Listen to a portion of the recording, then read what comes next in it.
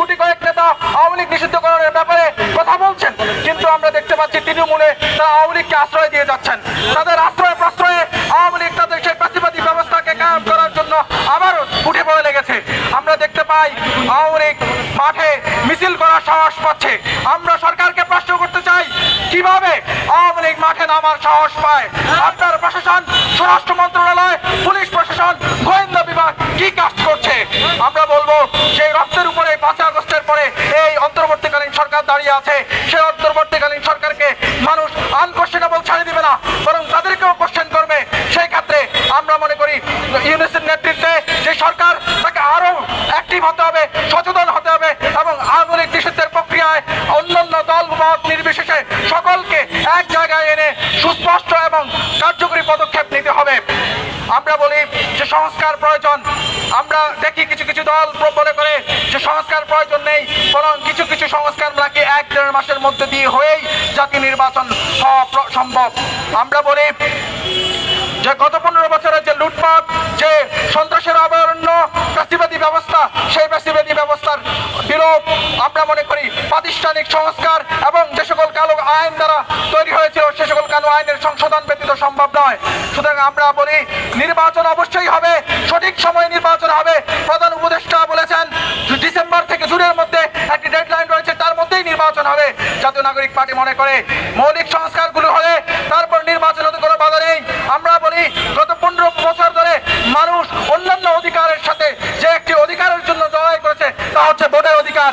কিন্তু জাতীয় নাগরিক পার্টি বলে যে ভোটের অধিকার প্রতিষ্ঠা করার জন্যই পূর্বে সংস্কারগুলো প্রয়োজন। যদি প্রতিষ্ঠানগুলো সংস্কার না হয়, নির্বাচন কমিশন সংস্কার না হয়, আমলাতন্ত্র সংস্কার না হয়, সিভিল ব্যুরোক্রেসি সংস্কার না হয়, মিলিটারি ব্যুরোক্রেসি সংস্কার না হয় এবং প্রতিষ্ঠানগুলো সংস্কার না হয়, বিচার বিভাগ সংস্কার না হয়, তাহলে আমরা আবারও সেই মাসল এবং মানির রাজনীতি দেখব, সেই মাসল এবং মানির নির্বাচন দেখব।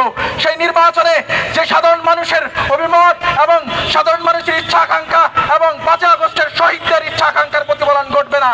তাই আমরা বলি সংস্কার অবশ্যই হতে হবে, 5 আগস্টের যে ভিকটিম তাদের বিচার অবশ্যই হতে হবে। তারপরেই আমরা একটি ডেমোক্রেটিক ট্রানজিশনের জন্য একটি অংশগ্রহণমূলক অবাধ সুষ্ঠু নির্বাচনের দিকে এগিয়ে যাব। এর আগে নির্বাচনের জন্য এই দেশের মানুষ প্রস্তুত নয়। এই দেশের মানুষ সংস্কার চায়, বিচার চায় এবং নির্বাচনে চায়। সুতরাং সংস্কার, নির্বাচন, বিচারকে সামনাসামনি না দাঁড়াতে, মুখোমুখি না করে, বরং একটি অপরটির পরে আসবে, সেই জায়গায় রাজনৈতিক দলগুলোকে আন্তরিক হওয়ার জন্য অনুরোধ করছি। আমরা মনে করি গণপরিষদ নির্বাচনের মাধ্যমে আমরা একটি নতুন সংবিধান তৈরি করব। জাতীয় নাগরিক পার্টি বলেছিল 1 দফার ঘোষণার দিন যে এটি একটি ফ্যাসিবাদী বিলোপের জন্য 1 দফা। আমরা আমাদের দলের যেদিন আনুষ্ঠানিক ঘোষণা হয়েছিল সেদিন আমরা বলেছি আমরা সেকেন্ড রিপাবলিক চাই। সেকেন্ড রিপাবলিক মানে হচ্ছে নতুন সংবিধান। সেই নতুন সংবিধান প্রণয়নের জন্য আমরা যে একটি আইনগত কাঠামো তৈরি করব, সেটার জন্য আমরা মনে করি গণপরিষদ নির্বাচনের মাধ্যমে, জাতীয় সংসদ এবং গণপরিষদের নির্বাচনের মাধ্যমে একসাথে হয়ে সেটাকে গণপরিষদের স্ট্যাটাস দিয়ে আমাদেরকে নতুন করে সংবিধান প্রণয়ন করতে হবে। কেননা এই সংবিধানকে অক্ষুণ্ণ রেখে, অক্ষত রেখে, অপরিবর্তিত রেখে আমরা মনে করি কোনোভাবেই বাংলাদেশে একটি সুন্দর, সুষ্ঠু, অবাধ এবং পার্টিসিপেটরি ইলেকশন হওয়া সম্ভব নয়। সুতরাং আমরা আজকের এই বিক্ষোভ সমাবেশ থেকে বলতে চাই, জাতীয় নাগরিক পার্টি সংস্কার, বিচার এবং একই সাথে একটি অবাধ, সুষ্ঠু এবং অংশগ্রহণমূলক নির্বাচনের জন্য মাঠে আছে, মাঠে থাকবে এবং মাঠে প্রান্তরে প্রত্যেক জনমতের মানুষকে একত্রিত করে আগামী দিনে সংগ্রাম গড়ে তুলবে, যেন কোনোভাবেই এই বিপ্লব, এই অভ্যুত্থান ব্যাহত না হয়, চিন্তাই না হয়।